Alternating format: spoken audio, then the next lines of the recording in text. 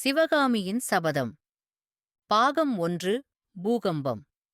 6ஆம் அத்தியாயம். மர்மக்கயிறு. சிறைக்கூடத்தின் இருள் சூழ்ந்த அறைக்குள்ளே கோரைப்பாயில் தன்னந்தனியாகப் படுத்திருந்த பரஞ்சோதிக்கு மேற்கூறிய மாமனுடைய புத்திமதி நினைவுக்கு வந்தது. காஞ்சி மாநகரை அடைந்ததும் மாமனுடைய புத்திமதியின் பிரகாரம் அவன் வேல்வீசி எரியத்தான் செய்தான். ஆனால் அந்தப் பொல்லாத வேல் மதங்கொண்ட யானையின் மீது விழுந்து தொலைத்தது. அதனுடைய பலன்தான் தன்னைச் சிறையிலே கொண்டு வந்து சேர்த்தது என்பதை எண்ணியபோது பரஞ்சோதிக்குச் சிரிப்பு வந்தது. காஞ்சி மாநகர் சேர்ந்த முதல் நாள் இரவை தான் சிறைச்சாலையில் கழிக்க வேண்டியிருந்தது என்பதை அவனுடைய தாயும் மாமனும் அறிந்தால் என்ன நினைப்பார்கள்? தான் காஞ்சிக்குப் புறப்பட்ட சமயத்தில் வீட்டுச் சுவருக்கு அப்பால் தனியாக நின்று கனிவும் கண்ணீரும் ததும்பிய கண்களினால் விடை கொடுத்த உமையாளுக்கு என்னமாயிருக்கும்?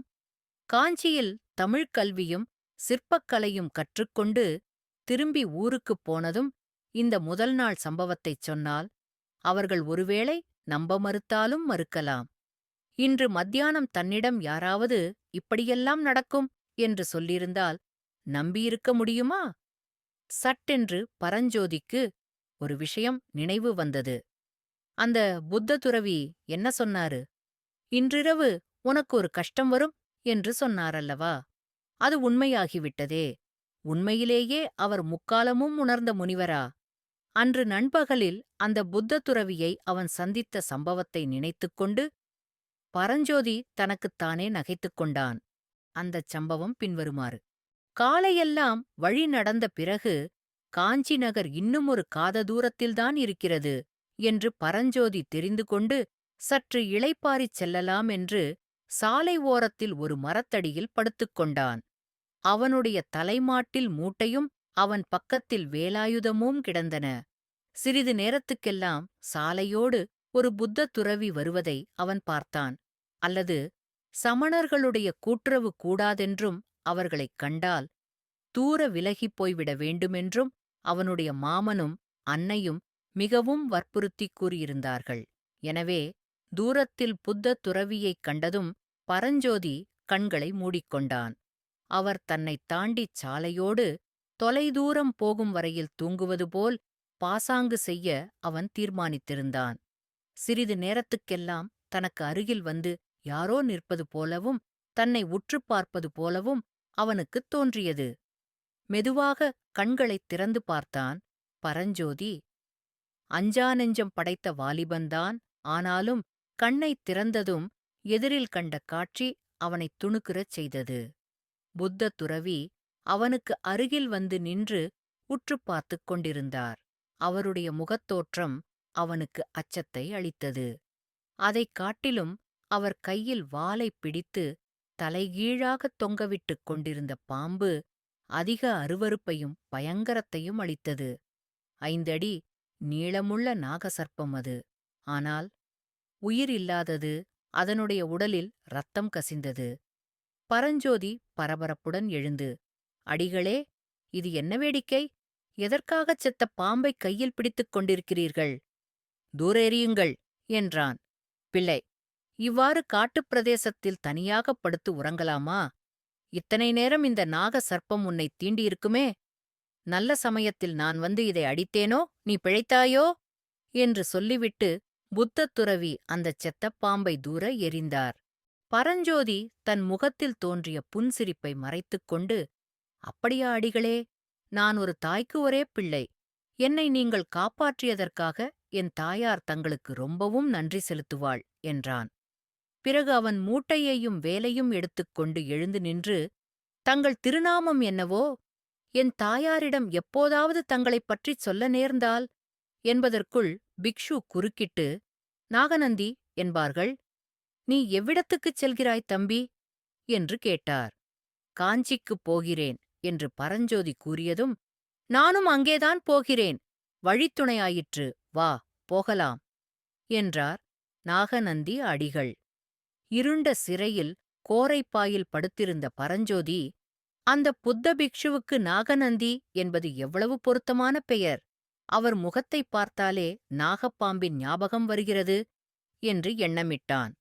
நாகநந்தி அடிகள் வருங்காலத்தை ஞான திருஷ்டியினால் அறிந்துதான் சொன்னாரோ, அல்லது குருட்டம் போக்காய்ச் சொன்னாரோ, அவருடைய ஜோசியத்தில் முற்பகுதி நிறைவேறிவிட்டது. தான் இப்போது ஒரு கஷ்டத்தில் அகப்பட்டுக் கொண்டிருப்பது உண்மைதான். அவருடைய ஜோசியத்தின் இன்னொரு பகுதியும் நிறைவேறுமா? புத்த பகவான் அருளால் அந்தக் கஷ்டம் நீங்கும் என்று சொன்னது பலிக்குமா? ஆம், பலிக்கத்தான் வேண்டும். உண்மையில் பரஞ்சோதி தன்னுடைய நிலைமையைக் குறித்து அதிக கவலைப்படவில்லை. ஏதோ தவறுதலினால் தன்னைச் சிறையில் அடைத்திருக்கிறார்கள் என்றும், உண்மை தெரியும்போது தன்னை நிச்சயம் விடுதலை செய்து விடுவார்கள் என்றும் உறுதியாக நம்பினான். எனவே இன்றிரவு நிம்மதியாகத் தூங்குவதுதான் சரி. ஆனால் ஏன் தூக்கம் வரமாட்டேன் என்கிறது? எல்லாம் இந்த வயிறு செய்யும் காரியந்தான். ராத்திரி ஒன்றும் சாப்பிடவில்லை அல்லவா? பசி வயிற்றைக் கிள்ளுகிறது. அதனால்தான் தூக்கம் பிடிக்கவில்லை. நல்ல காஞ்சி நகரம்.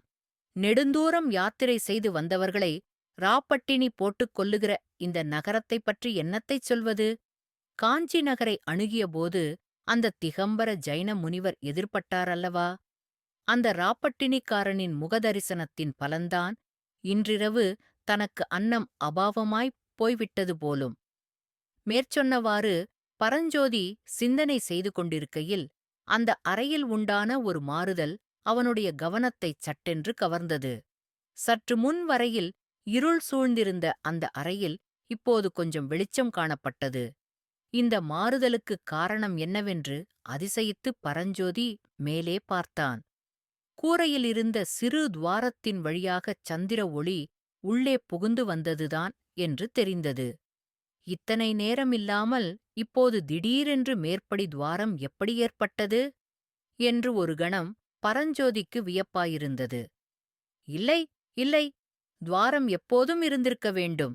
ஆனால் துவாரத்துக்கு நேராக இப்போதுதான் சந்திரன் வந்திருக்கிறது என்று தனக்குத்தானே சந்தேக நிவர்த்தி செய்து கொண்டான்.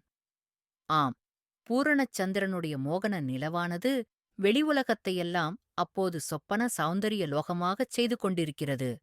அந்த விஷயத்தைத் தனக்கு எடுத்துச் சொல்லித் தன்னுடைய வயிற்றெரிச்சலைக் கொட்டிக் கொள்வதற்காகவே மேற்கூரைத் துவாரத்தின் வழியாக அந்தச் சந்திர ஒளி உள்ளே புகுந்து வருகிறது போலும். ஆகா, இது என்ன? உள்ளே வரும் நிலவு வெளிச்சம் இவ்வளவு அதிகமாகிவிட்டதே! துவாரம் பெரிதாகியிருப்பது போல் தோன்றுகிறதே! அடடே! முதலில் பார்த்தபோது ஒரு கைகூட நுழைய முடியாத சிறு துவாரமாயிருந்தது. இப்போது ஆள் நுழையக்கூடிய அளவு பெரிதாகிவிட்டதே! இது என்ன இந்திரஜாலமா? அல்லது மகேந்திர ஜாலமா? மகேந்திர சக்கரவர்த்தியின் காஞ்சி மாநகரம் மாய ஜால நகரமாயிருக்கிறதே! ஐயையோ, இது என்ன பயங்கரம்! பரஞ்சோதியின் மூச்சு ஒரு நிமிஷம் நின்று போய்விட்டது. மேற்கூரைத் துவாரத்தின் வழியாக நெளிந்து நெளிந்து கீழே வந்தது ஒரு நீளமான பாம்பு. இல்லை, இல்லை, பாம்பு இல்லை, அது வெறும் கயிறுதான். ஐயோ, இன்று மத்தியானம் அந்த புத்த பிக்ஷு செத்த பாம்புடன் வந்து தன்னைத் திடுக்கிடச் செய்தாலும் செய்தார். கயிற்றைப் பார்த்தால் கூட பாம்பு மாதிரி தோன்றுகிறது. மேற்கூரைத் துவாரத்தின் மர்மம் இப்போது புலப்பட்டது. யாரோ வேண்டுமென்றுதான் கூரையில் துவாரம் செய்திருக்கிறார்கள். அதன் வழியாக கயிற்றை உள்ளே விடுகிறார்கள். எதற்காக? வேறு எதற்காக இருக்கும்? தன்னைத் தப்புவிப்பதற்காகத்தான். ஆனால் முன்பின் தெரியாத இந்த பெரிய நகரில் தன்னிடம் அவ்வளவு சிரத்தை கொண்டிருப்பவர்கள் யார்? தான் அந்தச் சிறைச்சாலை அறையில் இருப்பது அவர்களுக்கு எப்படித் தெரிந்தது? இதற்குள்ளாக கயிற்றின் முனை கீழே அவன் கைக்கு எட்டும் தூரத்துக்கு வந்துவிட்டது. இன்னும் கீழே வந்து தரையையும் தொட்டுவிட்டது. பிறகு அந்தக் கயிறு இப்படியும் அப்படியும் அசையத் தொடங்கியது. மேலேயிருந்து கயிற்றை விட்டவர்கள் அதைக் குலுக்குகிறார்கள் என்பதில் சந்தேகமே இல்லை. எதற்காக? தன்னை அந்தக் கயிற்றின் வழியாக மேலே வரும்படி சைகை செய்கிறார்களா? அப்படித்தான் இருக்க வேண்டும்.